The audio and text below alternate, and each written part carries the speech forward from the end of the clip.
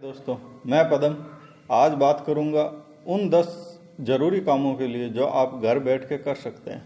यानी कि अभी आप सभी को पता है कि भारत ही नहीं पूरा वर्ल्ड लॉकडाउन में है और इस लॉकडाउन में हर एक आदमी सोचता है कि मेरे को टाइम स्पेंड करने के लिए कुछ ना कुछ तो करना चाहिए और वो करने के लिए सोचता है बट किसी कारणवश नहीं कर पाता। मैं आपको बताऊंगा उन 10 ज़रूरी कामों के लिए जो आज तक हम अपनी बिजी लाइफ की वजह से नहीं कर पाए, लेकिन अभी हम इस लॉकडाउन में वो सब कुछ कर सकते हैं जो अभी तक नहीं कर पाए।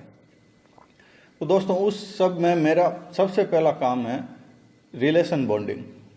रिलेशन बॉन्डिंग यानी कि अपने जो भी रिश्ते हैं उन सब रिश्तों के लिए आज तक हम जो सब कुछ नहीं कर पाए उन सब को हम आज कर सकते हैं और अपने रिलेशन को बेहतर बना सकते हैं। दोस्तों, जैसा कि आप सभी को पता है कि हर एक प्राणी के लिए, चाहे इंसान हो या जानवर हो, उसके लिए सुकून भरा अगर कोई भी जगह है तो वो है उसका घर, क्योंकि वहाँ पे सब लोग उसके हितैषी होते हैं, प्लस वो सब कुछ अपने अकॉर्डिंग ढाल के रखता है। तो इसी वजह से उसका सबसे सुकून भरा अगर कोई स्थान है तो वो है उसका घर। तो घर के अंदर अच्छे रिलेशन होंगे जब ही वो अच्छे से और सुकून भरी लाइफ जी सकता है। अच्छे रिलेशन बनाने के लिए हम अभी अपने फ्री टाइम में वो सब कुछ कर सकते हैं, जैसे कि अपनी मदर की हेल्प करो घरेलू काम में, या अपनी वाइफ की हेल्प कर दो यार, उसमें कोई बड़ी बात नहीं है। इसमें हमें ये सब कुछ नहीं सोचना चाहिए कि मैं मर्द हूँ, मैं ये सब कुछ क्यों करूँ। कर सकते हैं, अपना परिवार है, हम अपने परिवार के लिए वो सब कुछ भी कर सकते हैं जो लेडीज अपने लिए करती है। आज तक हम लोग ये सोचते आए हैं कि मर्द का काम ओनली कमाना होता है, बाकी सब कुछ औरतें करती। हाँ, वो सब कुछ ठीक है, मैं उसको गलत नहीं बोल रहा हूँ, लेकिन अभी हम फ्री हैं तो वो सब कुछ कर सकते हैं ताकि उनको भी तो रिलीफ मिल सके। तो दोस्तों, हम अपने घरेलू काम करके अपनी स्किल डेवलप कर सकते हैं, यानी कि घरेलू काम भी सीख सकते हैं ना, जो हमारे इमरजेंसी में कभी काम आएंगे। साथ ही उनको सुकून मिलेगा अपने परिवार वालों को, और वो आपके लिए एक अच्छी फीलिंग रखेंगे। और इसी के साथ मेरा दूसरा जो काम है वो मैंने सोचा स्किल डेवलपमेंट। दोस्तों, इस फ्री टाइम में हम अपने स्किल को डेवलप कर सकते हैं। स्किल यानी हुनर। दोस्तों, हुनर अपने देश में बोलते हैं, अपने पूर्वज बताते आए हैं कि एक इंसान को अपनी जीविका चलाने के लिए 2 हुनर तो आने ही चाहिए, या दोनों में से कोई सा एक। 2 हुनर दोनों बताते हैं, एक तो बात का हुनर और दूसरा हाथ का हुनर। बात का हुनर यानी कि इंसान को अपनी बात को किस वे में, किस तरीके से कहना है और किस टाइम पे कहना है, ये सब कुछ अच्छे से आना चाहिए। अपने विचार अच्छे से रखना आना चाहिए ताकि वो अपनी बात का अच्छा मतलब निकाल सके और अगले को अच्छे से समझा सके। बोलते हैं कि अपनी बात चाहे कितनी अच्छी हो, बुरे टाइम पे या गलत टाइम पे दूसरे को बताने से उसका रिजल्ट गलत निकल सकता है। तो दूसरा हुनर है हाथ का हुनर। दोस्तों, हाथ के हुनर से यहाँ मतलब इसका नहीं है कि मार काट करना। हाथ के हुनर से यहाँ मतलब है कि अपने को कुछ ना कुछ ऐसा काम आना चाहिए जो काम हम अपनी जीविका चलाने के लिए कर सकते हैं, जिसके सारे हम कुछ अर्निंग कर सकते हैं। तो दोस्तों, स्किल अपने को डेवलप करने के लिए ये एक एक्स्ट्रा टाइम है। इसी के साथ मेरा तीसरा पॉइंट है संस्कार, बोले तो कल्चर। दोस्तों, बताते हैं कि अपने कितनी भी बड़ी यूनिवर्सिटी हो या स्कूल हो या कोई भी एजुकेशनल ग्रुप हो, वहाँ पे हमें शिक्षा दी जाती है। शिक्षा से हम अपनी जीविका चला सकते हैं, मानता हूँ, लेकिन संस्कार एक अच्छी लाइफ जीने के लिए, एक आदर्श लाइफ जीने के लिए बहुत ज़रूरी है। और वो संस्कार हमें मिलते हैं अपने घर परिवार से ही, अपने बड़े बुजुर्गों के साथ बैठ के, या अपने जो भी आदर्श लोग हैं समाज के, उन सब के साथ बैठ के हमें संस्कार मिलते हैं। तो इस फ्री टाइम में हम अपने बड़े बुजुर्गों के साथ में बैठ के संस्कार या जीवन जीने के आदर्श प्राप्त कर सकते हैं। साथ ही साथ हम अपनी अगली पीढ़ी को भी इन सब संस्कारों के बारे में बता सकते हैं, ताकि हमारे संस्कार, हमारी कल्चर नष्ट ना हो और हम इसको पीढ़ी दर पीढ़ी चला सकें। इसी के साथ में मेरा चौथा काम है नॉलेज इंक्रीज। दोस्तों, इस फ्री टाइम में हम अपना नॉलेज बढ़ा सकते हैं, जैसे कि बुक्स पढ़ना या ऑनलाइन जहाँ कहीं भी हमें नॉलेज के रिलेटेड कोई भी मटेरियल मिले तो उसको अच्छे से पढ़ना, उसके बारे में जानकारी हासिल कर सकते हैं।